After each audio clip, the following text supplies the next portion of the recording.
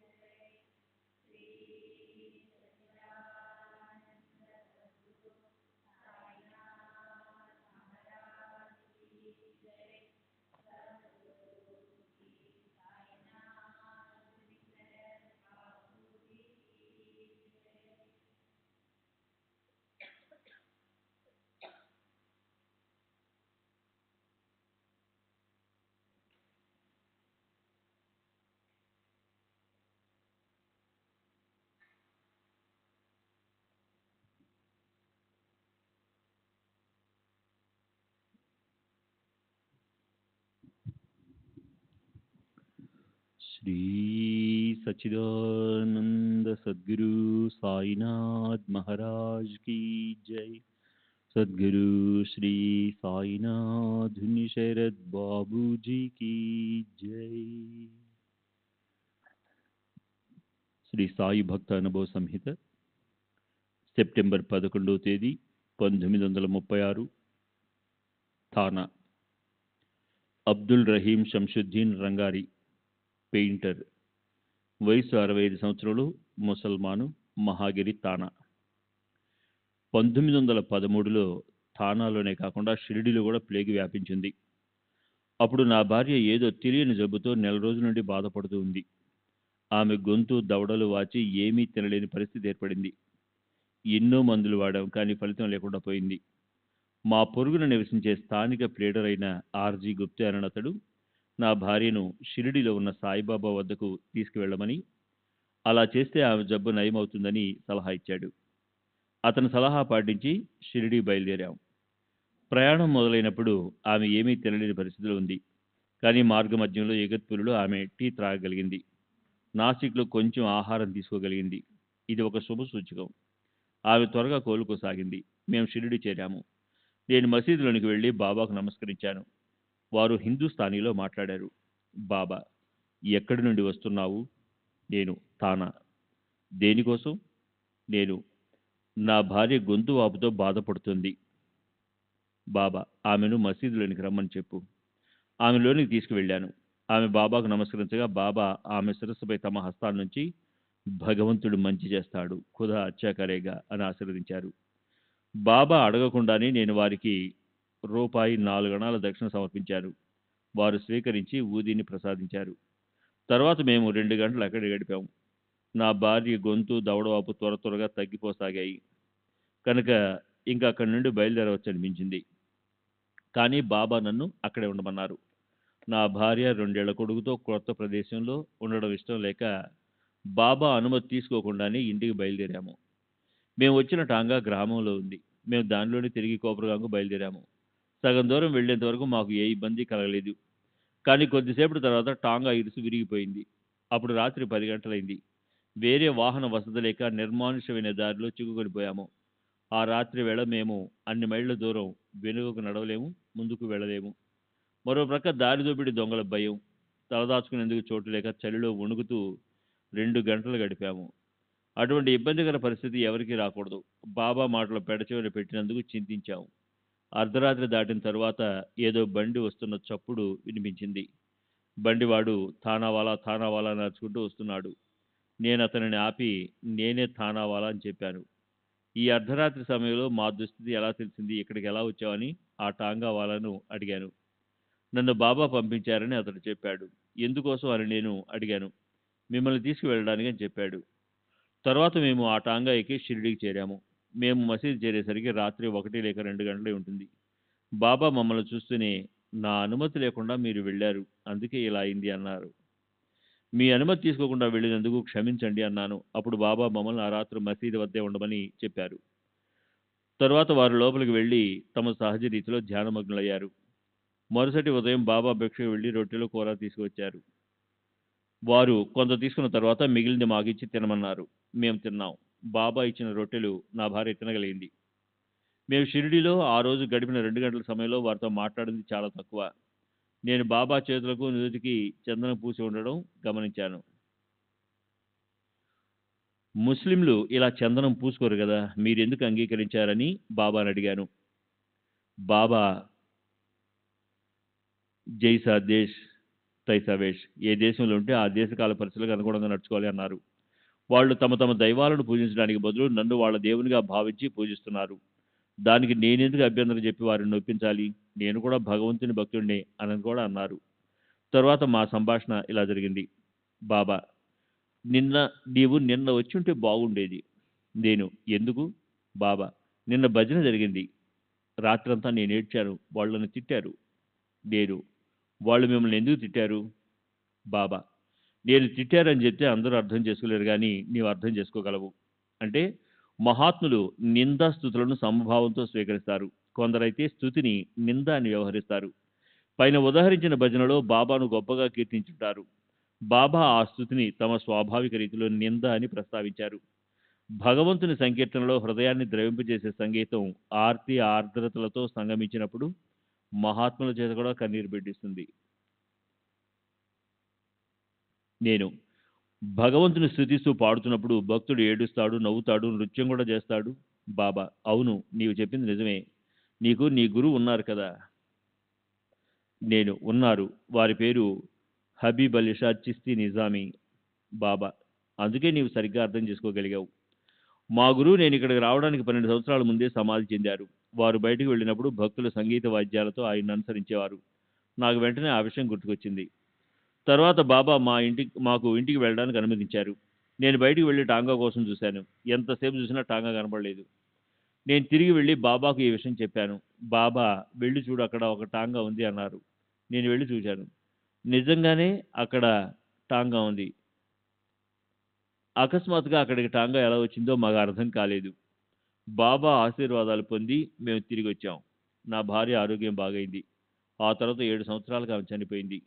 నేను షిరిడి వెళ్ళింది ఒకసారి మాత్రమే అయినా నాకు బాబాపై అపార నమ్మకం ఏర్పడింది.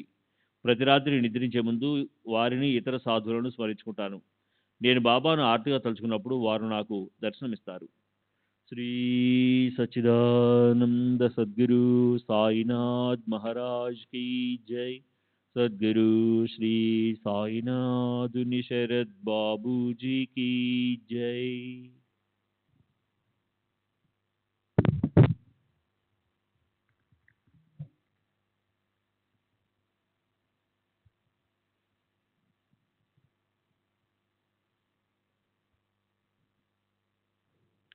సెప్టెంబర్ 26 తేదీ 1936 బాంద్రా. రజబ్ ఆలీ మహమ్మద్ కాంటాక్టు. వయస్సు 49 సంవత్సరాలు. కౌజా, టర్నర్ రోడ్, బాంద్రా. బాబా సమాధి చెందడానికి దాదాపు 8 సంవత్సరాల ముందు వారిని గురించి ఇక్కడ వాళ్ళు గొప్పగా చెప్పడంతో నేను బాబాను దర్శించాను. నేనప్పుడు నా వ్యాపార నిమిత్తము నాసిక్ వెళ్ళాను. నేను అక్కడికి వెళ్ళినప్పటికీ సరుకు అంటే చెట్ల బెరడు అందివ్వడంలో జాప్యం జరిగింది. నాసిక్లో వ్యర్థంగా కాలం గడపడం ఇష్టం లేక షిరిడి వెళ్ళి సాయిబాబాను దర్శించాను. నేను సాయిబాబాను అద్భుత శక్తులు కలిగిన గొప్ప మహాత్ముగా భావించేవాడిని. ఆత్మజ్ఞానం గల వారికి మాత్రమే ఆ అద్భుత శక్తులు సాధ్యమవుతాయి. వారికి ఒక టెంకాయి కలకండ సమర్పించాను. వారు నన్ను దక్షిణ అడగలేదు, నేను ఇవ్వలేదు. తర్వాత నేను ఈ రోజు కానీ లేదా రేపు ఉదయం కానీ బయలుదేరటానికి అనుమతించమని వారిని నాకు కోరాను. సాయిబాబా అతను నీకు సరుకు ఇవ్వటానికి ఇంకా సిద్ధంగా లేడు అన్నారు. సరుకు ఇవ్వనప్పుడు నాసిక్లో నేను చేసేదేమీ లేదు. అందువల్ల సాయిబాబా సన్నిధిలోనే 2-3 రోజులు గడపడానికి నిర్ణయించుకొని అక్కడే ఉండిపోయాను. నేను ప్రత్యేకించి వారిని ఏ కోరికతోనూ దర్శించలేదు. వారిపై నాకున్న నమ్మకాన్ని దృఢపరిచేటట్టు చేయమని మాత్రం వారిని ప్రార్థించాను. వారిపై సంపూర్ణ విశ్వాసంతో చనిపోతే నాకు సద్గతి లభిస్తుందన్న ఉద్దేశంతో మనసులోనే దాని కొరకు వారిని ప్రార్థించాను. బాబా నా తలపై వారి హస్తాన్నుంచి ఆశీర్వదించారు. వారి ఆశీర్వాదం ఫలించి నా నమ్మకం క్రమేణా వృద్ధి చెందింది. బాబా ఊదీపై కూడా నాకు అపారమైన నమ్మకం ఉంది.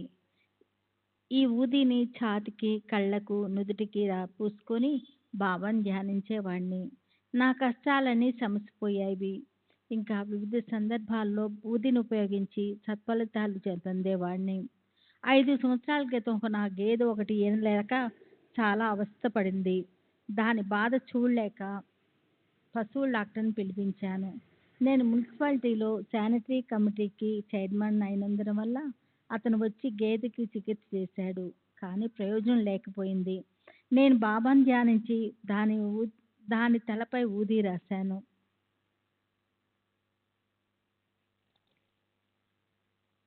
పది నిమిషాల తర్వాత అది సునాయాసంగా ఈనింది. అలా ఎన్నో సందర్భాల్లో ఊది సత్ఫలితాలను ఇచ్చింది. శ్రీ సాయిబాబా ఇప్పటికీ గొప్ప శక్తులు గల సిద్ధపురుషుడని చెప్పడానికి నాకు ఎలాంటి సందేహమూ లేదు. సాధు సత్పురుషులు ఒక స్థితి నుండి మరొక స్థితికి వెళతారే తప్ప వారికి మరణం లేదని ఇస్లాం సాంప్రదాయం చెబుతుంది. నేను ఎందరో మహాత్ముల సమాధులను ఢిల్లీలో దర్శించాను. మరియు సశరీరులుగా ఉన్న నాగపూర్ చెందిన తాజుద్దీన్ బాబా, పూనాకు చెందిన బాబాజాను మొదలైన మహాత్ములను దర్శించాను. 1928లో నాకు అనేక అనుభవాలు ఉన్నాయి. ఇవి నా పద్ధతి కొరకు విశ్వాసాన్ని పెంచడమే కాక నాకు ప్రాపంచిక ప్రయోజనాన్ని కూడా చేకూర్చాయి. నేను విడిగా 100 ప్రార్థనలు చేయడం కన్నా ఒక మహాత్ముని సన్నిధిలో గడపడం ఎంతో ఉత్తమమని ఒక నానుడు ఉంది. దాన్ని నేను గుట్టిగా నమ్ముతాను, ఆచరిస్తాను. మా ఇంటిలో సాయిబాబా పింగాణి విగ్రహం మరియు సాయిబాబా పటం ఉన్నాయి. మా కుటుంబం అంతా ప్రతి గురువారం ఆ విగ్రహం ముందు సాంబ్రాణి కడ్డీలు వెలిగిస్తాము. డిసెంబర్ 15 తేదీ 1936 బాంద్రా. అదం దళాలి, ఎస్టేట్ బ్రోకరు, దళారి. వయసు సుమారు 70 సంవత్సరాలు.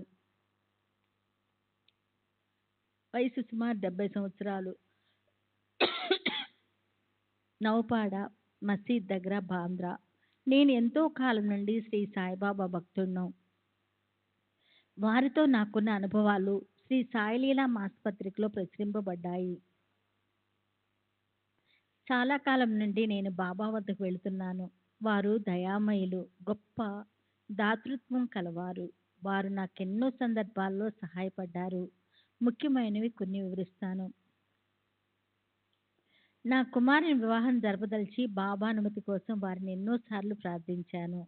అడిగిన ప్రతిసారి బాబా వాయిదా వేస్తూ వచ్చారు. నేను ఎన్నో ఉత్తరాలు కూడా వ్రాశాను. ప్రతిసారి వారి దగ్గర నుండి వచ్చే సమాధానం అల్లా మాలిక్ హై అని మాత్రమే. ఇలా 3 సంవత్సరాలు గడిచిన తర్వాత వారు నా కుమారుని వివాహానికి అంగీకరించడమే కాక తేదీని కూడా నిర్ణయించి వివాహం జరిపించమని నన్ను ఆదేశించారు. నేను సంతోషించాను. కానీ పేదవాడినైనందువల్ల నా దగ్గర డబ్బు లేదు. పెళ్లి కుమార్తె తరపున ఖర్చులు కూడా నేనే భరిస్తానని ఒప్పుకున్నాను.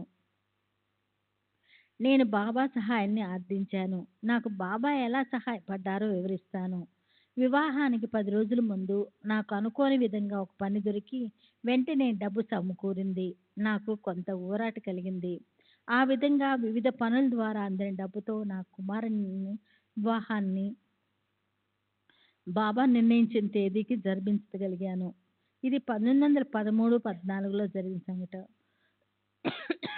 బాబా మహాసమాధి కొంతకాలం ముందు వ్యాపారానికి సంబంధించిన విషయంలో వారు సహాయం చేశారు.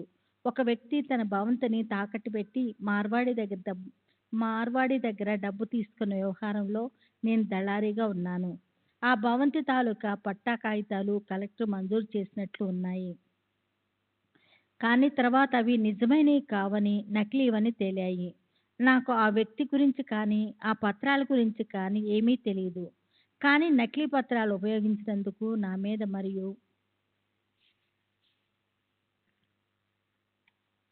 నా మీద మరియు ఆ వ్యక్తి మీద పోలీసులు ఛార్జిషీట్ దాఖలు చేశారు. నేను బాబా దగ్గరికి వెళ్ళి వారి సహాయం కొరకు ప్రార్థించాను. బాబా భయపడకు, అంతా శ్రవ్యంగా జరుగుతుందన్నారు. నేను టెండూల్కర్ ఇంటికి వెళ్ళి ఆయన శ్రీమతితో బాబాను నా కొరకు ప్రార్థించమని వేడుకొని ఆమెను నీ విడుదలవుతావు అని అనమన్నాను. ఆమె అలాగే అంది. ఆ రోజే కేసు నుండి నన్ను విడుదల చేశారు. ఆ కుదవ పెట్టిన వ్యక్తిని కోర్టులో ప్రవేశపెట్టి నన్ను ప్రభుత్వ న్యాయవాది తరపు సాక్షిగా విచారించాను. ప్రాపంచిక విషయాల్లో నాకెన్నో అనుభవాలు కలిగాయి. కానీ నాకు అవి ఇప్పుడు గుర్తులేవు. నేను ఖురాన్ చదవలేదు. బాబాను ఆధ్యాత్మిక విషయాల గురించి అడగను లేదు. బాబా కూడా నన్ను ఖురాన్ చదవమని చెప్పటం కానీ నాతో ఆధ్యాత్మిక విషయాలు మాట్లాడటం కానీ చేయలేదు. కానీ బడే బాబాతో మాత్రం ఖురాన్ చదవమని బాబా చెప్తుండేవారు. ముస్లిం పండితులు కానీ ప్రముఖులు కానీ బాబా దర్శించినట్లుగా నాకు గుర్తులేదు.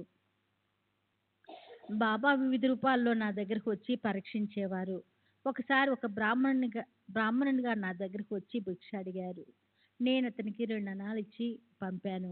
మరొకసారి ఒక మార్వాడి వచ్చి తనకు ఆకలిగా ఉందని చెప్పారు. నేను అతనికి 4 అణాలు అంటే పావలా ఇచ్చి మార్వాడి హోటల్లో భోంచేయమని చెప్పి పంపాను. ఆ తర్వాత నేను షిరిడీ వెళ్ళినప్పుడు బాబా కొన్ని ప్రత్యేకమైన సూచనల ద్వారా నా వద్దకు ఆ రూపాల్లో వచ్చినట్లు తెలియజేశారు. ఇంకోసారి ఆ 2వ సందర్భం గురించి చెబుతూ బాబా నన్ను చూపించి షిరిడీలో ఒక భక్తుడితో నేను అతని వద్దకు వెళ్ళాను. ఇతడు నన్ను మార్వాడి హోటల్కి పంపి భోంచేయమన్నాడు అని చెప్పి నా నమ్మకాన్ని దృఢపరిచారు. బాబా ఊదీని తీర్థాన్ని నేను ఎల్లప్పుడూ ఉపయోగిస్తాను. వాటిపై నాకు అపారమైన నమ్మకం ఉంది. నేను మా ఇంట్లో బాబా పటాన్ని పెట్టి ప్రతిదినమూ ఫోటో ముందు సాంబ్రాణి కడ్డీలు వెలిగిస్తాను. నేను ఇప్పటికీ షిరిడీ వెళ్తుంటాను. శ్రీ సచిదానంద సద్గురు సాయినాథ్ మహారాజ్ కీ జై. సద్గురు శ్రీ సాయినాథ్ శరత్ బాబూజీ కీ జై.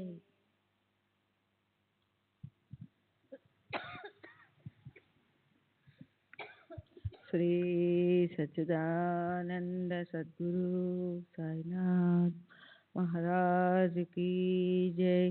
सद्गुरु श्री साईनाथ शरद बाबू जी की जय। డిసెంబర్ 8వ తేదీ 1936 షిరిడి నందారాం శివరాం మార్వాడి షరాబు వ్యాపారి వయసు 70 సంవత్సరాలు తండ్రి శివరాం మార్వాడి షిరిడీలో రెండవసారి ప్లేగు వ్యాపించినప్పుడు 1911లో గ్రామస్తులందరూ షిరిడీ విడిచి వెళ్ళడం ప్రారంభించారు. అలాంటి సమయంలో నేను వీధిలో వెళ్తూ ఉండగా మారుతి ఆలయం వద్ద ఉన్న కొంతమంది నన్ను చూసి నా కళ్ళు ఎర్రగా ఉన్నాయని, జ్వరం వల్ల నాకు ప్లేగు సోకి ఉంటుందని అన్నారు. నేను భయంతో వణికిపోయాను. గ్రామస్తుల సలహాపై మారుతి దేవాలయానికి గుర్రంపై వెళ్ళి నూనె దీపం వెలిగించి టెంకాయ కొట్టి నన్ను కాపాడమని మారుతిని వేడుకున్నాను. షిరిడీ విడిచి రహతా సమీపంలోని ఎక్రుఖా అను గ్రామానికి వెళ్ళడం మంచిది అనిపించి బాబా వద్దకు వెళ్ళి వారి అనుమతి కోరాను. నేను అక్కడికి వెళ్ళనవసరం లేదని, నేను మరణించే ప్రసక్తి లేదని బాబా అభయం ఇచ్చారు.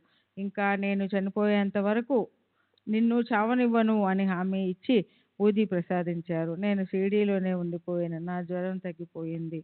అక్టోబర్ 15వ తేదీ 1936 నాసిక్ లక్ష్మణ్ గోవింద్ ముంగే అర్జీల లేఖకుడు వయసు 72 సంవత్సరాలు నంబర్ 43 మెయిన్ రోడ్డు నాసిక్.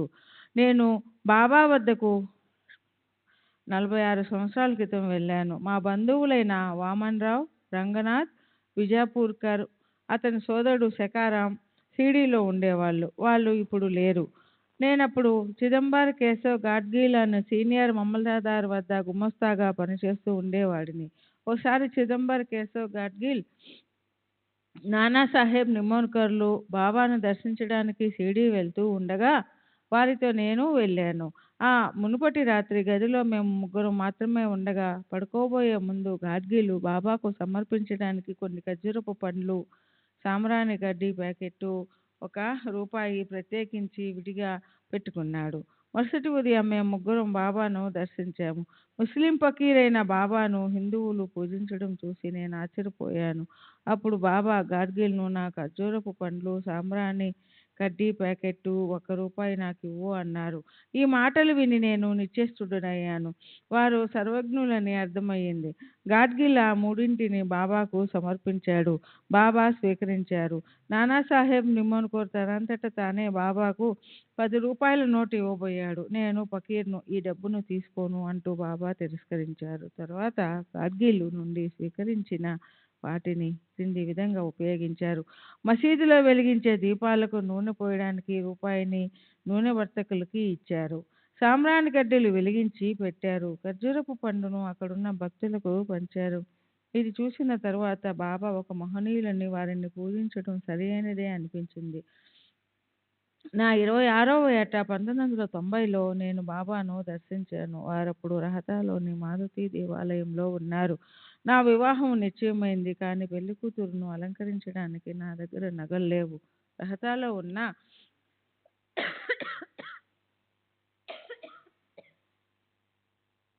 మా మేనత్త భర్త నుండి సహాయం పొందడానికి వెళ్ళాను. బాబాను దేవాలయంలో చూసి వారి వద్దకు వెళ్ళగా, బిడ్డా రా, నిన్న నీ గురించే ఆలోచిస్తున్నాను అంటూ ఆహ్వానించారు. బాబా తమ కాళ్ళు ఒత్తుతున్నారు. నేను అలాగే చేశాను. వారు నాకు ఒక మామిడి పండు ఇచ్చి తినమన్నారు. నేను తిన్నాను. అది ఎంతో మధురంగా ఉంది.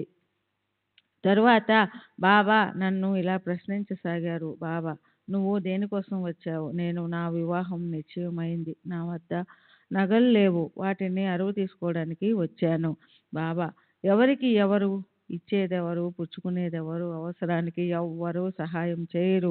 నీకు అవసరమైతే ₹1000 కానీ ₹2000 కానీ వాటికి సరిపడ నగలు నా దగ్గర నుండి తీసుకో. గోనెగుడ్డలు ధరించి చేతిలో ఒక రేకు డబ్బా పట్టుకొని ఉన్న ఈ ఫకీరు నాకు ఇవన్నీ ఎలా ఇవ్వగలడని తలచాను. నేను అక్కడి నుండి మా మేనత్తింటికి వెళ్ళాను. మా మామతో నా అవసరాన్ని గురించి చెప్పాను. మా మామ తన దగ్గర నగలేమీ లేవని చెప్పాడు. ప్రస్తుతానికి వివాహం వాయిదా వేసుకోక తప్పదన్న బాధతో వెనుదిరిగాను. అదే సమయంలో నా స్నేహితుడొకడు కలిశాడు. అతడికి విషయమంతా చెప్పాను. అతని మధ్యవర్తిత్వంతో సిన్నేరుకు చెందిన ఒక గుజరాతీ షావుకారు ఖాళీ అందెలు, ముక్కు పుడక అరువుగా ఇచ్చాడు. తర్వాత 30 తులాల బంగారంతో నాకు అవసరమైన నగలు ఒక్క రోజులో తయారు చేయించి అప్పుగా వడ్డీ చెల్లించేటట్లు ఇచ్చాడు. అనుకున్న ముహూర్తానికే నా వివాహం జరిగింది. ఈ విధంగా నా స్నేహితుడు మరియు గుజరాతీ షావుకారుల ద్వారా నాకు సహాయం అందేలా చేసి బాబా తాము ఇచ్చిన మాటను నిలబెట్టుకున్నారు. ఈ సంఘటన జరిగిన తరువాత నేను ప్రతి సంవత్సరం షిరిడీ వెళ్ళి బాబాను దర్శించుకునేవాడిని. నాకు మొదట్లో కొంతమంది బిడ్డలు కలిగారు కానీ వాళ్ళు అల్పాయుష్కులు. ఇలా కొంతకాలం గడిచిన తర్వాత 1912లో నేను బాబాను దర్శించి నా దురదృష్టానికి దుఃఖిస్తూ నాకు దీర్ఘాయువు గల ఒక్క కుమారుణ్ణి ప్రసాదించమని ప్రార్థించాను. వారు, నువ్వు ఎందుకు ఒక్క పిల్లవాడినే కోరుకుంటున్నావు? నీకు నేను 2 కుమారులను ప్రసాదిస్తాను అన్నారు. బాబా ఆశీర్వదించినట్లుగానే నాకు ఇప్పుడు 2 కుమారులు ఉన్నారు. ఒకరికి 13 సంవత్సరాలు, మరొకరికి 10 సంవత్సరాలు. 2 కుమార్తెలు కూడా ఉన్నారు. ఒకరికి 27 సంవత్సరాలు, మరొకరికి 18 సంవత్సరాలు. నేను ఇంట్లో బాబా ఫోటోను నిత్యము పూజిస్తాను. వారు నా కోరికలన్నీ తీర్చారు. ఈ క్రింది సంఘటనే దానికి నిదర్శనం. ఒక వ్యక్తి, అతని కుమార్తె మా ఇంట్లో అతిథులుగా కొద్ది రోజులు ఉన్నారు. ఆ అమ్మాయికి తీవ్రంగా జబ్బు చేసి స్పృహ కోల్పోయింది. ఆమె బ్రతుకుతాదనే ఆశ ఎవ్వరికీ లేదు. ఆ రాత్రి ఆమె తల దగ్గర నేను బాబా ఫోటోను ఉంచి బాబా ఊదీని ఆ అమ్మాయికి పెట్టాను. ఉదయానికి ఆ అమ్మాయికి స్పృహ వచ్చింది. ఆ అమ్మాయి తల్లి బాబాకు 10 రూపాయల దక్షిణ సమర్పిస్తానని మొక్కుకొని వాటిని సమర్పించింది. నవంబర్ 29వ తేదీ 1936. గంగాధర్ విష్ణు క్షీర సాగర్, టెలిగ్రాఫ్ హెడ్ సిగ్నలర్, నీటిపారుదల శాఖ, సోనావాడి, కోపర్గాం. వయసు 51 సంవత్సరాలు. దేశస్థ బ్రాహ్మణుడు. స్వగ్రామం నెవాస. నాకు 5 సంవత్సరాల వయసున్నప్పుడు నా తండ్రి చనిపోయాడు. నేను, మా అమ్మ, మా మేనమామ దగ్గర ఉండేవాళ్ళం. మాకు కొన్ని పొలాలు ఉండేవి. కొంత పొలాన్ని బాబా భక్తుడైన బాలా నెవాస్కర్కు కౌలుకి ఇచ్చాము. కానీ కొంతకాలానికి బాలా మా పొలానికి తానే హక్కుదారుడని ప్రకటించుకున్నాడు. మా తరపున మా మేనమామ వెళ్ళి అతనిని నిలదీశాడు. బాలా ఈ సమస్యను శ్రీ సాయిబాబా సమక్షంలో పరిష్కరించుకుందామని చెప్పడంతో అతని మాట ప్రకారం మా మేనమామ తల్లి బాలా నవాస్కర్లు షిరిడీ వెళ్ళారు. మా అమ్మను, మామయ్యను అంతకు మునుపు బాబా ఎరుగరు. వాళ్ళు ద్వారకామాయి చేరి బాబాకు నమస్కరించే లోపే బాలా నెవాస్కర్తో, ఎందుకు నా బిడ్డలను అవస్థపెడతావు? ఆ పొలాన్ని వారికి స్వాధీనం చెయ్యి అని చెప్పారు. మేము తిరిగి నెవాస వెళ్ళాము. కానీ బాలా నెవాస్కర్ పొలాన్ని మాకు స్వాధీనం చేయకపోవడంతో మేము కోర్టు ద్వారా పొలాన్ని స్వాధీనం పరుచుకున్నాము. అది చూసి బాలా నెవాస్కర్ పిచ్చివాడయ్యాడు. తర్వాత అతడెప్పుడూ షిరిడీకి రాలేదు. అది జరిగినప్పుడు నా వయసు 16 సంవత్సరాలు. నేనెప్పుడూ సాయిబాబాను దర్శించలేదు. మా మామ, తల్లి మాత్రం అప్పుడప్పుడు వారిని దర్శించేవారు. 2 సంవత్సరాల క్రితం నేను సోనావాడి అంటే షిరిడీ నాసిక్ మార్గంలో బదిలీ చేయబడ్డాను. అప్పటి నుండి నేను షిరిడీ వెళ్ళి సాయి మందిరంలో పాటలు పాడుతున్నాను. నాకు 27/6/1935 నాడు ఒక కల వచ్చింది. ఆ కలలో బాబా నా ముందు నిల్చుని, ఇంకా నిద్రపోతున్నావా? ఈ రోజు నీ ఇల్లు నీకు సొంతం చేస్తూ కోర్టు ఉత్తర్వులు వచ్చింది. షిరిడీలో జాతర జరుగుతుంది, రా భోజనం చేయి అంటూ భోజనాల గదికి తీసుకువెళ్ళారు. నేను భోజనం చేసి వారికి నమస్కరించాను. తర్వాత నాకు మెలకువ వచ్చింది. 4 రోజుల తర్వాత నా సోదరుడి నుండి నాకు ఒక జాబు వచ్చింది. అందులో మా ఇంటికి సంబంధించి అహ్మద్నగర్ జిల్లా కోర్టు మాకు అనుకూలంగా తీర్పు ఇచ్చిందని వ్రాసి ఉంది. కోర్టు తీర్పు ఇచ్చిన రోజు నాకు కల వచ్చిన రోజు ఒకటే కావడం విశేషం. దీనివలన నాకు బాబాపై ఉన్న నమ్మకం మరింత బలపడింది. శ్రీ సచ్చిదానంద సద్గురు సాయినాథ్ మహారాజ్ కి జై. సద్గురు శ్రీ సాయినాథుని శరత్ బాబూజీకి జై. డిసెంబర్ 9వ తేదీ 1936 షిరిడి. బయ్యాజీ అప్పాజీ పాటిల్, భూస్వామి, రెవెన్యూ మరియు పోలీస్ పటేల్, వయస్సు 47 సంవత్సరాలు, మరాఠా. తండ్రి అప్పాజీ పాటిల్, స్వస్థలం బిరగాం, నివాసం షిరిడి. నా పసితనం నుండి నాకు బాబా తెలుసు. బాబా షిరిడి వచ్చినప్పటి నుండి సమాధి చెందే వరకు నిత్యం భిక్ష చేసిన కొన్ని ఇళ్లలో మాది ఒకటి. బాబా మొదటి 3 సంవత్సరాలు మా ఇంటికి రోజుకు 8 సార్లు, తరువాత 3 సంవత్సరాలు రోజుకు 4 సార్లు, తరువాత 12 సంవత్సరాలు రోజుకు 2 సార్లు వచ్చి భిక్ష అడిగేవారు.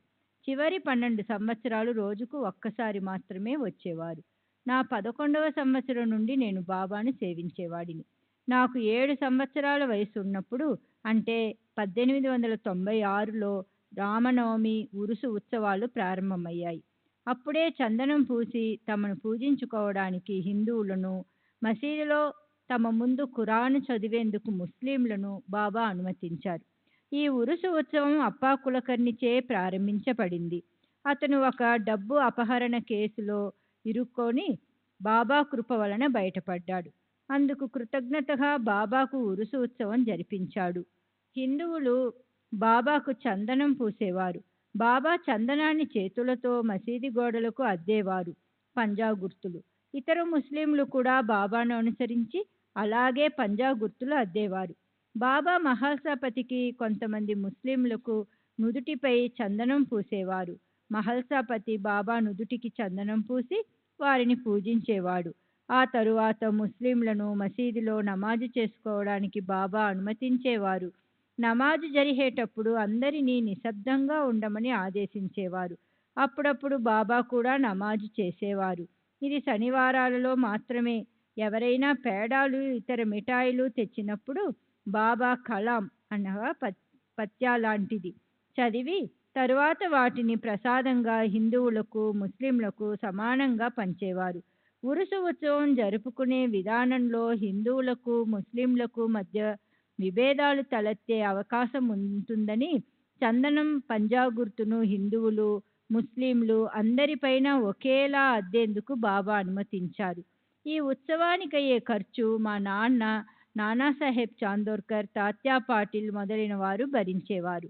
నాకు 11 సంవత్సరాల వయసు ఉన్నప్పుడు 1901-2లో ఒకరోజు నేను పశువులు మేపడానికి వెళుతుంటే బాబా నన్ను వెళ్ళవద్దని ఆపారు.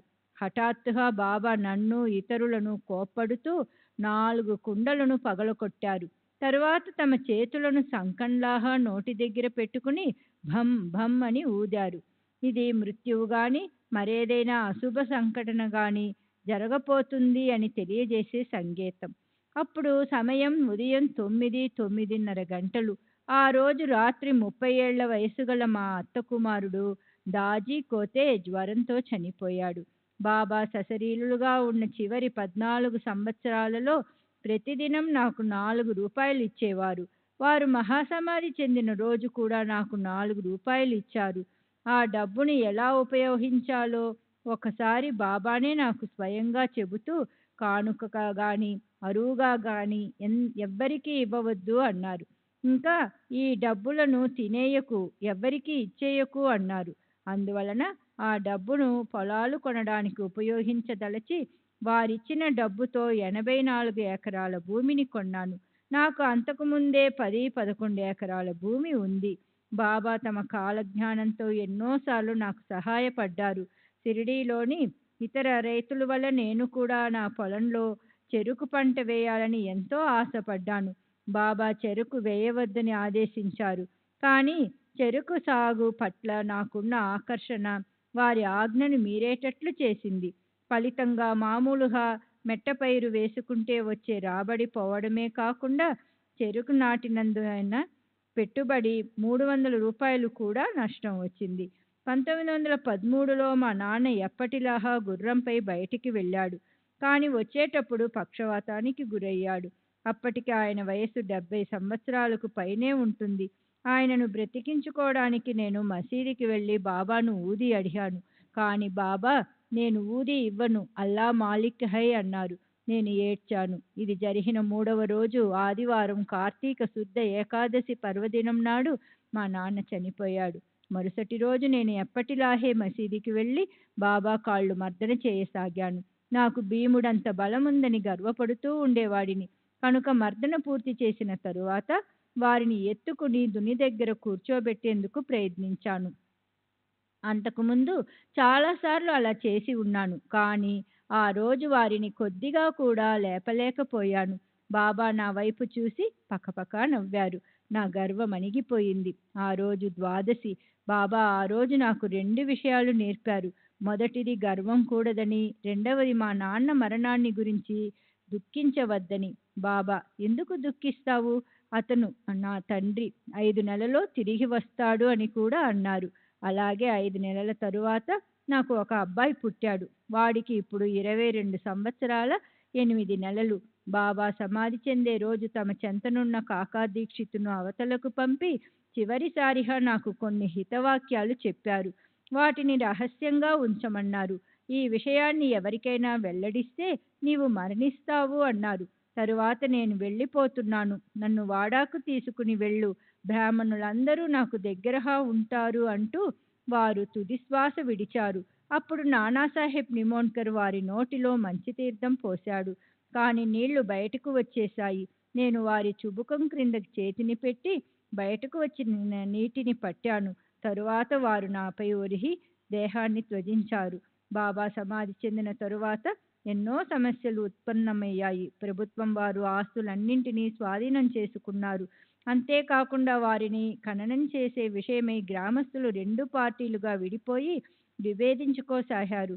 ముస్లింలు వారిని ప్రత్యేక భవనంలో ఖననం చేయాలని, ఆ భవన నిర్మాణానికయ్యే ఖర్చు వారి నుండి ప్రతిదినం డబ్బు దానంగా తీసుకుంటున్న నాలాంటి వారే భరించాలని అభిప్రాయపడ్డారు. కానీ మేమంతా బాబా అభిమతం మేరకు వారి పార్థివ దేహాన్ని దగ్దీవాడాలో అనగా బూటివాడ సమాధి చేయాలని పట్టుపట్టాము. కోపర్గా మహమ్మల్తదారైన కులకర్ణి, రహతా ఫౌజదారైన చక్రనారాయణ కూడా అక్కడే ఉన్నారు. ప్రజలందరూ హిందువులు మరియు ముస్లింలు తమ తమ అభిప్రాయాన్ని వెల్లడించాలని, తద్వారా మెజారిటీ అభిప్రాయాన్ని ఆమోదించాలని మమల్తదార్ నిర్ణయించారు. ముస్లింలు సుమారు 100 సంతకాలతో మహజర్ తయారు చేసి సమర్పించారు. మేము 200 పైగా సంతకాలతో మహజర్ తయారు చేసి మమల్తదార్కు సమర్పించాము. హెచ్ఎస్ దీక్షితు, బాపుసాహెబ్ జోహు, బాలాబాటే మొదలైన ప్రముఖులు మా మహజరులో సంతకాలు పెట్టారు. మా అందరి మెజారిటీ అభిప్రాయాన్ని బట్టి బాబాను దగ్దివాడాలో సమాధి చేశారు. శ్రీ సచ్చిదానంద సద్గురు సాయినాథ్ మహారాజ్ కీ జై. సద్గురు శ్రీ సాయినాథుని శరత్ బాబూజీ కీ జై.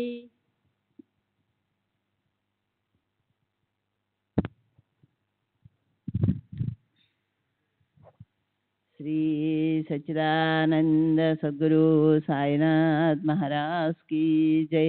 सद्गुरु श्री సాయినాథుని శరత్ బాబూజీకి జై. 1910లో షిరిడీలో రెండోసారి ప్లేగు వ్యాధి ప్రబలింది. 4 సంవత్సరాల క్రితం బాబా సరి అయిన సమయంలో నన్ను హెచ్చరించి ఒక ప్రాణాన్ని కాపాడేందుకు సహాయపడ్డారు. షిరిడీలో మహాదేవునికి శివుడు సమర్పించబడిన ఒక ఆంబోతు ఉండేది. శివుడికి సమర్పించబడిన ఒక ఆంబోతు ఉండేది. దానిపై త్రిశూలం గుర్తు కూడా ఉండేది. ఈ ఎద్దు గ్రామంలోనూ లేండి తోట పక్కను మేస్తూ ఉండేది. కానీ తరువాత అది గ్రామస్తుల తోటలన్నీ ధ్వంసం చేయసాగింది. గ్రామస్తులు దానిని ఏవలాలో ఉన్న పశుశాలకు పంపాలని నిర్ణయించారు. అందరం చందాలు వేసుకొని 3 రూపాయల చిల్లర ప్రోగు చేసి ఆ డబ్బును బికు మార్వాడి అతనికి ఇచ్చి ఎద్దును ఏవలాలోని పశుశాలలో వదిలి రమ్మన్నాము. అతను ఎద్దుని తోలుకొని పోయి తిరిగి వచ్చి దానిని అక్కడ వదిలినట్టుగా చెప్పాడు. కానీ ఆ రాత్రి బాబా నా కలలో కనిపించి, నీవు నిద్రపోతున్నావా? నన్ను కసాయివాని కొట్టంలో కట్టేశారు అన్నారు. నేను నిద్రలేచి తాత్యా పాటిల్ మొదలైన వారితో సంప్రదించాను. కలలో బాబా చెప్పిన మాటలను బట్టి ఆ ఎద్దు బికు మార్వాడి పశుశాలలో వదలలేదని, కసాయివానికి అప్పజెప్పాడని తెలుసుకున్నాము. నేను వెంటనే ఏవలా వెళ్ళి 2 పశుశాలల్లోనూ విచారించాను. ఎద్దును అక్కడకు తీసుకురాలేదని వాళ్ళు చెప్పారు. తరువాత నేను కసాయిలు ఉండే చోటుకు వెళ్ళాను. అక్కడ ఒక చోట అది కట్టివేయబడి ఉంది. కసాయి దానిని ఆ రోజే మాంసం కొరకు చంపబోతున్నట్లు చెప్పాడు. దానిని తను బికు మార్వాడి వద్ద 14 రూపాయలకు కొన్నట్లు కూడా చెప్పాడు. నేను ఆ ఎద్దుని విడిపించి పశుశాలలో వదిలివచ్చాను. గ్రామస్తులను మోసం చేసినందుకు బికు మార్వాడిపై కేసు మోపబడి 2 నెలలు కారాగార శిక్ష పడింది. సెప్టెంబర్ 18వ తేదీ 1956 రామచంద్ర సీతారాం దేవ్ ఉరఫ్ బాలాబావు ఉరఫ్ బాలాభాట్ భూస్వామి, వయసు సుమారు 60 సంవత్సరాలు, బ్రాహ్మణుడు, వర్సోవా రోడ్, అంధేరి. నేను బాబాను మొదటిసారిగా 1908లో చూశాను. అంతకుముందే వారిని గురించి కళ్యాణ్లో జరిగిన దాసకను మహారాజ్ కీర్తనల ద్వారా విని ఉన్నాను. బాంద్రాలో కసాయి పని చేస్తున్న అమీర్ సక్కర్ ఖాతిక్ నాకు తెలుసు. అతను కూడా బాబా మహిమల గురించి గొప్పగా చెప్పి నన్నొకసారి బాబాను దర్శించమన్నాడు. అందువల్ల నేను శ్రీకృష్ణ పాటిల్తో కలిసి షిరిడీ వెళ్ళాను. అప్పుడు భక్తుల వసతికి సాటేవాడ ఒకటే ఉండేది. కానీ మేము గణేష్ ఆలయం దగ్గర బస్ చేశాము. ఆ రోజు స్థానికులు, పొరుగు ఊర్లవారు తప్ప బొంబాయి నుండి వచ్చే భక్తులు లేరు. అసలు నేను అక్కల్కోట స్వామిని దర్శించేందుకు వెళ్ళాలని అనుకుంటుండగా అమీర్ సక్కర్ నాతో అక్కల్కోట వెళ్ళే దారిలోనే షిరిడీ ఉంది కాబట్టి బాబాను దర్శించిన తరువాత అక్కల్కోట వెళ్ళవచ్చును అని చెప్పాడు. అతడి మాట ప్రకారం నేను షిరిడీలో దిగాను. బాబాను ఒకసారి దర్శించి వెంటనే అక్కల్కోట వెళ్ళవచ్చునని తలచాను. బాబాను దర్శించాను. బాబా నా వైపు చూసి నేను వెంటనే అక్కల్కోట వెళ్ళాలి అన్నారు.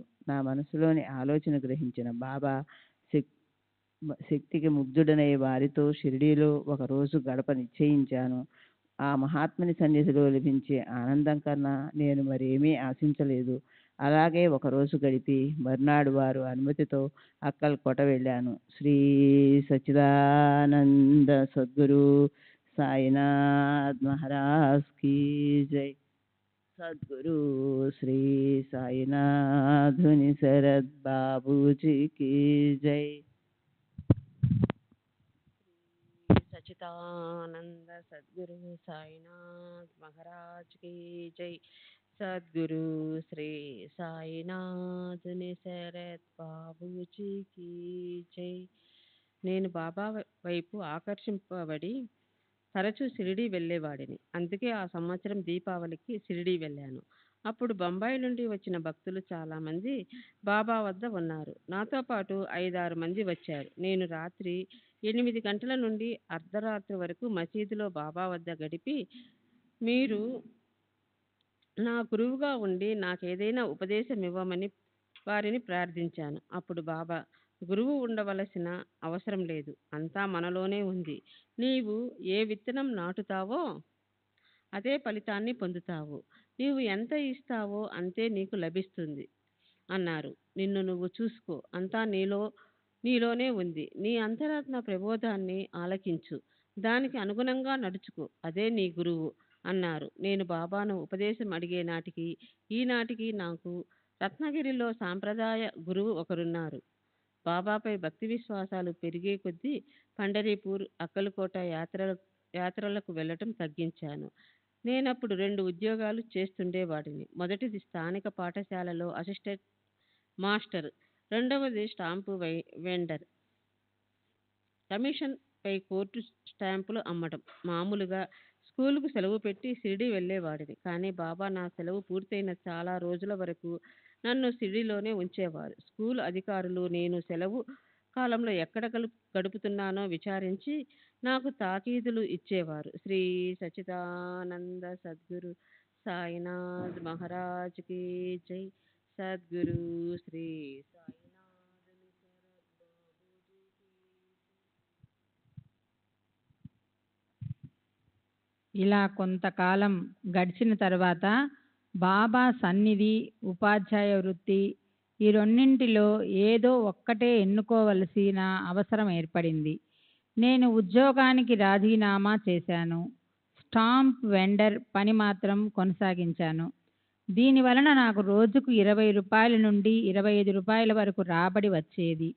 దీనిని 5 సంవత్సరముల క్రితం చేసి తర్వాత నా కుమారునికి అప్పచెప్పాను. నేను ఉద్యోగానికి రాజీనామా చేసినప్పుడు నా వయస్సు 32 సంవత్సరాలు మాత్రమే. కానీ బాబా కృప వలన నా ఆర్థిక పరిస్థితి మెరుగుగానే ఉండేది. బాబా సన్నిధిలో జరిగే ప్రతి శ్రీరామనవమికి నేను హాజరయ్యేవాడిని. బాబా సశరీరులుగా ఉన్నప్పుడు వారు స్వయంగా నాకు సూచనలు అందించేవారు.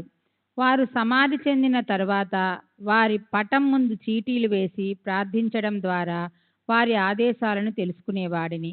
బాబా సదేహులుగా ఉన్నప్పుడు ఒకసారి అంధేరీలో మేము నివసిస్తున్న ప్రాంతంలో ఒక భయానక దొంగతనం జరిగింది. దాంతో నేను చాలా భయపడ్డాను. దొంగలు తీవ్రంగా గాయపరిచిన ఆ ఇంటిలోని వారందరినీ నేను ఆసుపత్రిలో చూశాను. అటువంటి విపత్కర పరిస్థితి నా కుటుంబానికి రాకుండా కాపాడమని బాబాను ఆర్తిగా ప్రార్థించాను. ఆ రాత్రి బాబా నా కలలో కనిపించి, నేను 10 మంది పఠానులతో వచ్చాను, భయపడవలసిన అవసరం లేదు అన్నారు. ఆ తర్వాత 10 మంది రజకులు నా దగ్గరకు వచ్చారు. వీరు అంతకుముందు మా ఇంటికి కొంచెం దూరంలో ఉన్న బీబీఎన్సీఐ రైల్వే స్థలంలో చాకిరేవు ఏర్పరచుకొని ఉండేవారు. కానీ రైల్వే అధికారులు వారిని అక్కడ నుండి వెళ్ళగొట్టారు. అందుకని మా ఇంటి ఆవరణలో పాకలు నిర్మించుకునేందుకు అనుమతి కోరారు. నేను వెంటనే అంగీకరించాను. వీరు పొరుగున ఉండడం వలన మాకు దొంగల బారి నుండి రక్షణ లభించడమే కాక బాడుగ రూపంలో నెలకు 200 రూపాయలు వచ్చేవి. ఆ చాకలి వారి అవసరాలకు ప్రస్తుతం ఉన్న బావిలోని నీరు సరిపోయేది కాదు. నేను బాబాను సంప్రదించి వారు సూచించిన ప్రదేశంలో వేరొక బావి త్రవ్వించాను. దానిలో పుష్కలంగా నీరు పడింది. శ్రీ సచ్చిదానంద సద్గురు సాయినాథ్ మహారాజ్ కీ జై. సద్గురు శ్రీ సాయినాథుని శరత్ బాబూజీకి జై. నేను నివసిస్తున్న ఈ పెద్ద భవన నిర్మాణానికి సంబంధించి ముందుగా బావి త్రవ్వవలసి ఉండి నేను షిరిడీ వెళ్ళి బాబాను సంప్రదించాను. బాబా సలహా మేరకు త్రవ్వించిన ఆ బావిలో మంచినీళ్ళు పుష్కలంగా పడ్డాయి. తర్వాత భవనాన్ని నిర్మించదలచి బాబా అనుమతికి నేను షిరిడీ వెళ్ళినప్పుడు నా దగ్గర 5 వాటాలు కట్టడానికి మాత్రమే డబ్బుంది. కానీ బాబా నన్ను చూడగానే నేలపై 25 గీతలు గీసి ఒక్కొక్క గీతకి వాటాకు రూపాయి చొప్పున 25 రూపాయలు ఇవ్వు అన్నారు. నేను 5 వాటాలు మాత్రమే నిర్మించదలిచిన బాబా అడిగిన 25 రూపాయలు సమర్పించాను. బాబాపై భారం వేసి భవన నిర్మాణాన్ని ప్రారంభించాను. నేను మొదట అనుకున్న 5 వాటాలు పూర్తయిన తర్వాత ఒకదాని తర్వాత మరొకటి పెంచుకుంటూ పోయి 1921 నాటికి 25 వాటాల గృహ సముదాయం పూర్తయింది. ఇప్పటికీ 25 వాటాలే ఉన్నాయి. బాబా నేటికి సజీవంగా ఉన్నారన్నది నా అనుభవం. వారు ఇప్పటికీ నాకు మార్గం చూపుతున్నారు. నా వలె నా కుమారులకు కూడా బాబాపై అంతే నమ్మకం ఉంది. శ్రీ సాయితో నా అనుభవాలన్నింటినీ కీర్తిశేషులు శ్రీ దబోల్కర్ గారికి పంపడం జరిగింది. డిసెంబర్ 10వ తేదీ 1936 గడక్. డిఎం ముల్కీ, ఎంబీబీఎస్ వైద్య వృత్తి, గడక్. 1915లో మా కుటుంబంలో ఒక బాధాకర సంఘటన జరిగింది. 18 సంవత్సరాలు మా అన్నగారి కుమారుడికి ఉన్నట్టుండి క్రైస్తవ మతం పుచ్చుకున్నాడు. ప్రభావవంతుడైన అతడు BA ప్రథమ శ్రేణిలో ఉత్తీర్ణుడయ్యాడు. వాడి భవిష్యత్తుపై ఎన్నో ఆశలు పెట్టుకున్న మా అన్నయ్య హతాశుడయ్యాడు. దిగులుతో కృంగిపోయి మనశ్శాంతి కోల్పోయాడు. ఎవరెంత ఓదార్చినా ఫలితం లేకపోయింది. కీర్తిశేషులు హరిసీతారాం దీక్షిత్ బాబాకు కుడి భుజం వంటివాడు. అప్పుడు మా అన్నగారి కుటుంబాన్ని బాబా సన్నిధికి తీసుకెళ్లాడు. బాబా కృప వలన వారి జీవితంలో మరలా ప్రశాంతత చేకూరింది.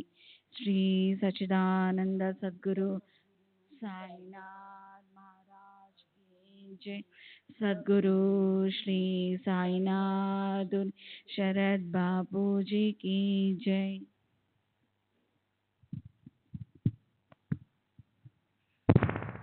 శ్రీ సచ్చిదానంద సద్గురు సాయినాథ్ మహారాజ్ की జై। సద్గురు శ్రీ సాయినాథుని శరత్ బాబూజీ की జై। మా అన్నగారి రెండవ కుమారుడు ప్రస్తుతం రైల్వేలో పనిచేస్తున్నాడు. దీర్ఘకాలిక ఎముకల వ్యాధి గ్రస్తుడు. బొంబాయికి చెందిన ప్రముఖ శస్త్రచికిత్స నిపుణులు వైద్యం చేసినా అది తగ్గలేదు. చివరకు అతనిని సాయిబాబా వద్దకు తీసుకువెళ్లారు. కేవలం శ్రీ సాయిబాబా కృపాదృష్టి మరియు ఊది మహిమ ద్వారా ఆ పిల్లవాని ఎముకల్లోని గాయం పూర్తిగా నయమైపోయింది. అప్పటి నుండి మా అన్నగారి కుటుంబము తరచూ షిరిడీ వెళ్ళడము, భజనలు చేయడము మొదలుపెట్టారు. కానీ నాకప్పుడు ఈ విషయాలు ఏమీ తెలియవు. 1916లో ప్రభుత్వ డాక్టర్ గారు నాకు బొంబాయిలోని పేరెల్ లాబొరేటరీలో ఉద్యోగం వచ్చింది. అప్పుడే మా నాన్నగారింట్లో సాయి భజనలు జరుగుతున్నట్లు నాకు తెలిసింది. అసలు నేనంతవరకు సాయిబాబా ఫోటో కూడా చూసి ఎరుగను. నేనిప్పుడు చెప్పబోయే సంఘటన జరిగినప్పుడే మొదటిసారిగా బాబా ఫోటో చూశాను. 1916వ సంవత్సరము అక్టోబరు నెలలో నేను తీవ్ర అనారోగ్యానికి గురయ్యాను. రోజుల తరబడి జ్వరము 105 నుండి 106 డిగ్రీలు తగ్గకుండా ఉండేది. స్థానిక డాక్టర్లు చికిత్స చేశారు, కానీ కొంచెం కూడా తగ్గలేదు. ఇలా ఒక వారం గడిచిన తరువాత ఒక గురువారం నాడు సాయంత్రం మా అన్నగారింట్లో సాయి పూజ భజన జరిగింది. ఆ భజన విన్నా నాకు వింతగా అనిపించింది. ఎందుకంటే అంతకు ముందు వాళ్ళ ఇంట్లో అలాంటివి చూడలేదు. పైగా అప్పట్లో నాకు నాస్తిక భావాలుండేవి.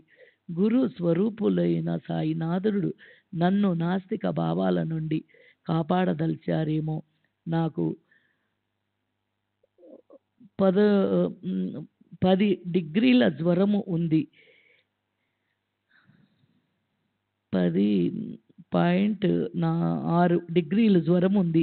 ఆ రాత్రి నాకు ఒక కల వచ్చింది. కలలో తెల్లని పొడుగైన కఫ్ని ధరించి తలకు తెల్లని గుడ్డ కట్టుకొని ఉన్న ఒక వృద్ధుడు కనిపించి, నేను చింతించాల్సిన అవసరం లేదని వెంటనే వచ్చి వారి దర్శనం చేసుకోవాలని, ఇలా చేస్తానని మాట ఇస్తే జ్వరం వెంటనే తగ్గిపోయిందని చెప్పారు. నేను భయపడి పెద్దగా కేక పెట్టాను. నా కేక శబ్దానికి నాకే మెలకువ వచ్చింది. అంతేకాదు, అది విని నన్ను బిడ్డలాగా ఆదరించి మా వదిన పరిగెత్తుకుంటూ నా పడక దగ్గరకు వచ్చింది. అప్పటికే నా ఒళ్ళంతా చెమటలు పట్టి కన్నీరు కారుస్తున్నాను. నేను నాకు వచ్చిన కళ గురించి చెప్పాను. ఆమె వెంటనే సాయిబాబా ఫోటో తెచ్చి నాకు చూపించి, కళలో కనిపించినది వీరేనా అని అడిగింది. నా కళలో కనిపించింది ఆయనేనని చెప్పి వీలైనంత త్వరలో వారి దర్శనం చేసుకోవాలని వెంటనే నిర్ణయించుకున్నాను. నా జ్వరం తగ్గిపోయింది, మరలా రాలేదు. తర్వాత సంపూర్ణ ఆరోగ్యవంతుడినై ఉద్యోగానికి కూడా వెళ్ళడం ప్రారంభించాను. కానీ యువకుడైన నేను నగర జీవనంలోని వివిధ ఆకర్షణలను వలన షిరిడీ వెళ్ళాలన్న విషయం పూర్తిగా మర్చిపోయాను. శ్రీ సచ్చిదానంద సద్గురు సాయినాథ్ మహారాజ్ की జై। సద్గురు శ్రీ సాయినాథుని శరత్ బాబూజీ की జై।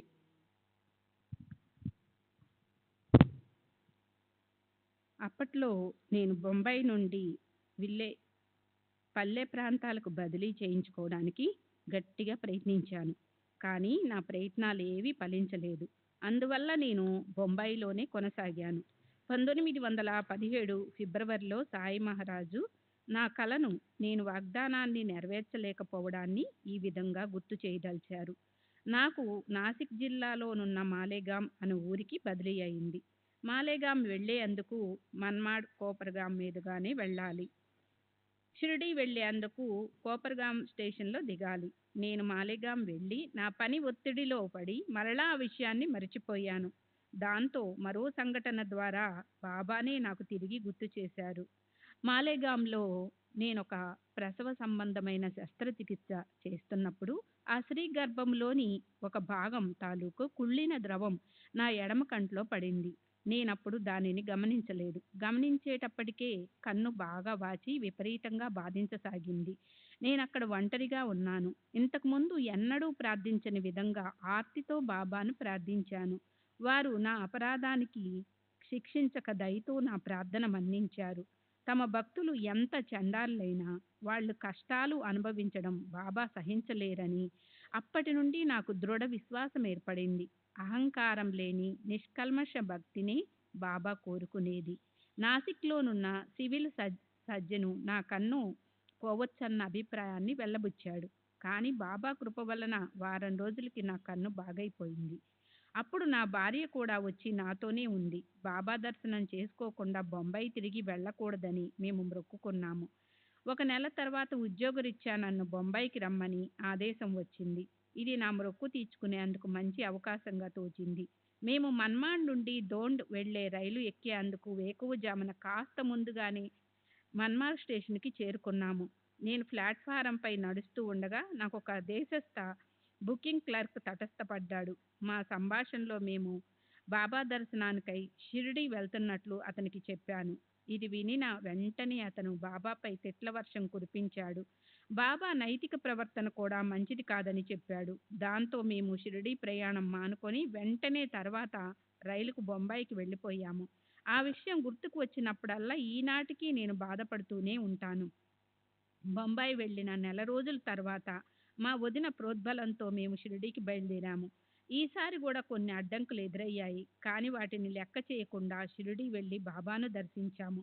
నెల క్రితం మన్మాడ్ స్టేషన్లో బుకింగ్ గుమస్తా మాటలు విని మేము వెనుదిరిగి వెళ్ళిన విషయాన్ని బాబా ప్రస్తావించారు.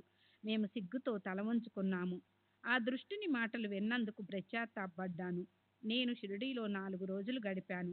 తర్వాత ఇంటికి వెళ్ళడానికి బాబా అనుమతి కోరినప్పుడు బాబా నన్ను ఆశీర్వదించి జ్ఞానేశ్వరి చదవమని నాకు ఉన్నత పదవినిచ్చి బీజాపూర్ బదిలీ చేసిన ఉత్తర్వులు మా ఇంట్లో నా టేబుల్ పై ఉంటాయని కూడా చెప్పారు. నేను బాబాకి హృదయపూర్వకంగా నమస్కరించి ఇంటికి తిరిగి వచ్చాను. నా టేబుల్ పై బాబా చెప్పిన ఉత్తర్వులు చూసి సంభ్రాశ్చర్యాలకు లోనయ్యాను. బాబా కృపతో ప్రతి సంవత్సరం నేను జ్ఞానేశ్వరి సప్తాహం శ్రద్ధగా నిర్వహిస్తున్నాను. నేను మద్రాస్ రాష్ట్రంలోనున్న దక్షిణ కన్నడ జిల్లాకు చెందినవాడిని. మెట్రిక్లో కన్నడం, ఆ తర్వాత ఫ్రెంచి 2వ భాషగా చదివాను. నేను మరాఠీ అభ్యసించలేదు. అందువల్ల నాకు మరాఠీ చదవడం రాయడం రాదు. అయినప్పటికీ మరాఠీలోనున్న జ్ఞానేశ్వర్ని చదవగలిగేవాడిని. ఇది కేవలం బాబా అనుగ్రహం వల్లనే సాధ్యమైందని నా నమ్మకం. నేను బీజాపూర్ నుండి యుద్ధభూమిలో సేవ చేయడానికి వెళ్ళాను. అక్కడ యుద్ధం ముగిసిన తర్వాత గడక్ చేరాను. శ్రీ సాయిబాబా సర్వకాల సర్వావస్థల యందు మనపై తమ కృపాదృష్టి కురిపిస్తున్నప్పటికీ వారి కరుణను గుర్తించలేకపోవడం మన అవివేకం. నాకు ఎన్నో సమస్యలు ఎదురవుతున్నాయి, ఎన్నో ఎదురయ్యాయి, మరెన్నో ఎదురవుతాయి. కానీ వీటన్నిటి నుండి బాబా సదా నన్ను కాపాడుతూ ఉంటారని నా దృఢ విశ్వాసం.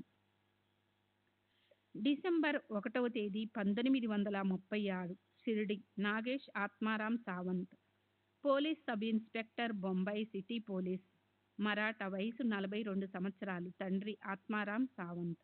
1922 డిసెంబర్లో సావంత్ వాడిలో సాయిలీలా మాసిక్ పత్రిక చదవటం ద్వారా నేను శ్రీ సాయిబాబాను గురించి తెలుసుకున్నాను. వారి లీలలు నన్ను అమితంగా ఆకర్షించాయి.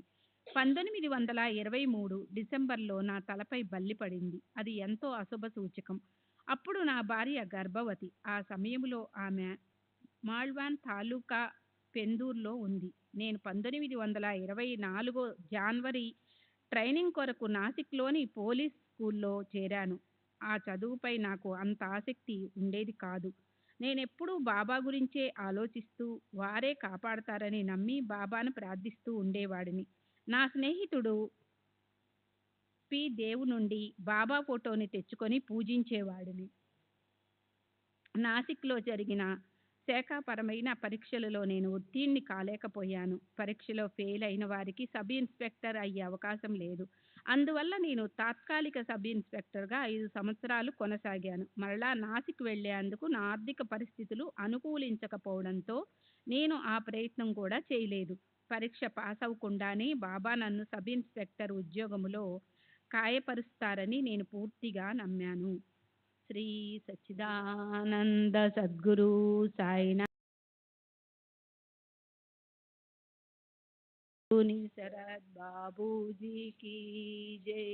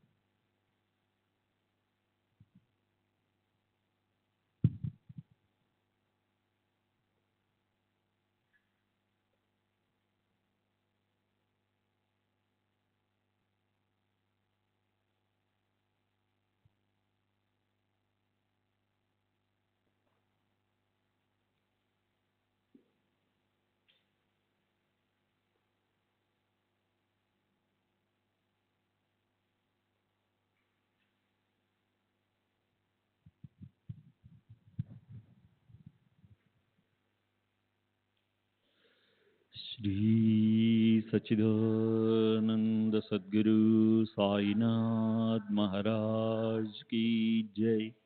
सद्गुरु श्री साईनाथ धुनि शरद बाबूजी की जय. साई रहम नजर करना, बच्चों का पालन करना. साई रहम नजर करना, बच्चों का पालन करना. जाना तुमने जगत पसार, सब ही झूठ जमाना. जाना तुमने जगत पसार, सब ही झूठ जमाना. साई रहम नजर करना, बच्चों का पालन करना. साई रहम नजर करना, बच्चों का पालन करना. मैं अंधा हूँ बंदा आपका, मुझसे पथ दिखलाना. मैं अंधा हूँ बंदा आपका, मुझसे पथ दिखलाना. साई रहम नजर करना, बच्चों का पालन करना. साई रहम नजर करना, बच्चों का पालन करना. दासगणों कहे अब क्या बोलूं, थक गई मेरी रसना. दासगणों कहे अब क्या बोलूं, थक गई मेरी रसना. साई रहम नजर करना, बच्चों का पालन करना. साई रहम नजर करना, बच्चों का पालन करना. रहमो नजर करो अबू मोरे साई तुम बिना नहीं मुझे माँ बाप बाई रहमो नजर करो मैं अंधा हूँ बंदा तुम्हारा मैं अंधा हूँ बंदा तुम्हारा मैं ना जानू मैं ना जानू मैं ना जानू अल्लाह इलाही रहमो नजर करो रहमो नजर करो अबू मोरे साई तुम बिना नहीं मुझे माँ बाप बाई रहमो नजर करो काली जमाना मैंने गमाया काली जमाना मैंने गमाया साथी आखिर का साथी आखिर का साथी आखिर का तुम भी न कोई रहमो नजर करो रहमो नजर करो अबू मोरे साई तुम बिना नहीं मुझे माँ बाप बाई रहमो नजर करो अपने मस्जिद का झाड़ू गणो है अपने मस्जिद का झाड़ू गणो है मालिक हमारे मालिक हमारे मालिक हमारे तुम बाबा साई रहमो नजर करो रहमो नजर करो अबू मोरे साई तुम बिना नहीं मुझे माँ बाप बाई रहमो नजर करो। श्री सच्चिदानंद सद्गुरु साईनाथ महाराज की जय। सद्गुरु श्री साईनाथ शरद बाबू जी की जय।